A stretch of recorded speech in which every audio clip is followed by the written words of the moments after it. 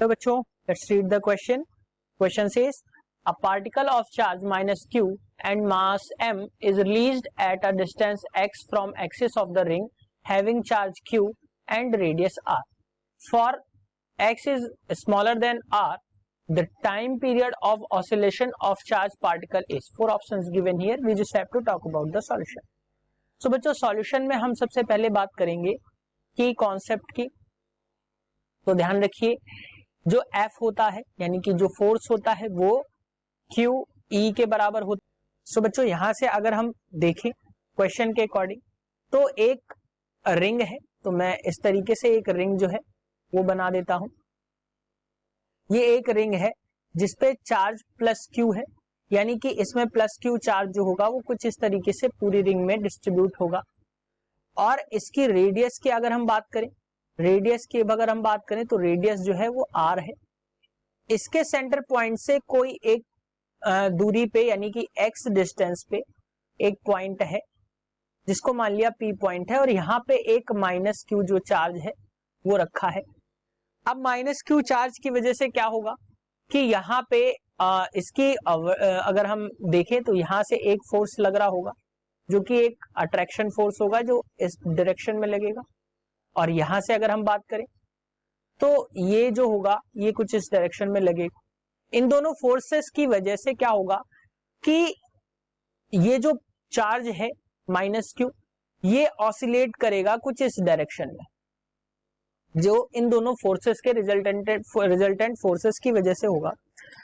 अब अगर हम यहां पे बात करें पॉइंट P पे इलेक्ट्रिक फील्ड की अगर हम बात करें तो मैं यहां पे लिख देता हूं इलेक्ट्रिक फील्ड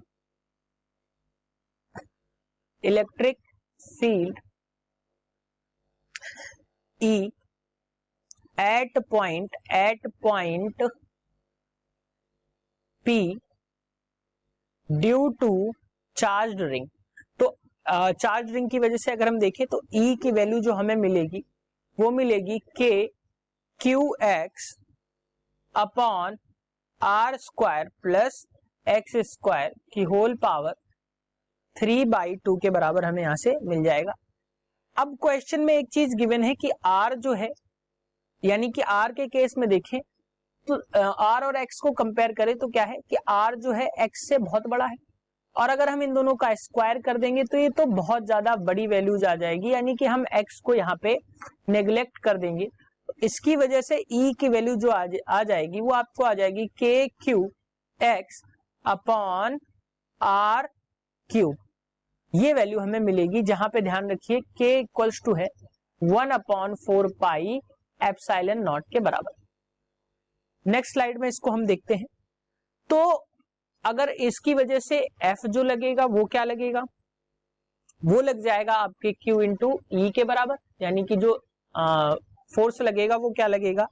सो बच्चों वैल्यूज हम पुट करेंगे तो Q into K into Q x upon जो वैल्यूज आएंगी वो क्या आएंगी आर क्यूब. ये फोर्स लग रहा है. अब एम्पलीट्यूड की अगर हम बात करें तो एम्पलीट्यूड अभी आपको बताया है. नाउ एम्पलीट्यूड क्या है, एम्पलीट्यूड शुड बी एक्स, क्योंकि एक्स पे ही ऑसिलेट वो करेगा.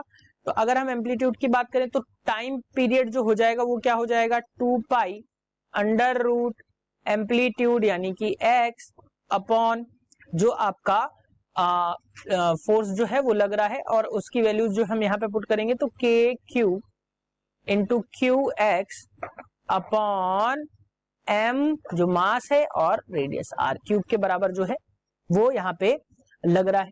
सो बच्चों इसको जब हम फर्दर सॉल्व करेंगे तो T इक्वल्स टू आपका आ जाएगा 2 pi under root MR cube X upon K Q into small q into x. अब यहां से अगर हम देखें तो x और x की वैल्यू कट रही है, तो यहां से जो t की वैल्यू आपको मिलेगी वो मिल जाएगी t equals to 2 pi under root. ध्यान रखिए k जो होता है वो होता है 1/4 पाई एप्सिलॉन नॉट. तो 1/k को जब हम रखेंगे तो 4 पाई एप्सिलॉन नॉट ऊपर चला जाएगा, तो ये आ जाएगा 4 pi epsilon not M R cube upon capital Q into small. So बच्चों अगर हम यहां से बात करें ऑप्शंस की, तो जो टाइम पीरियड आएगा वो क्या आएगा, 2 pi under root 4 pi epsilon not M R cube by Q into small Q. So बच्चों ऑप्शन की अगर हम बात करें तो option 1 that is 2 pi under root 4 pi epsilon not M R cube Q into Q is the right answer for this question. Hope you understood it well. Best of luck.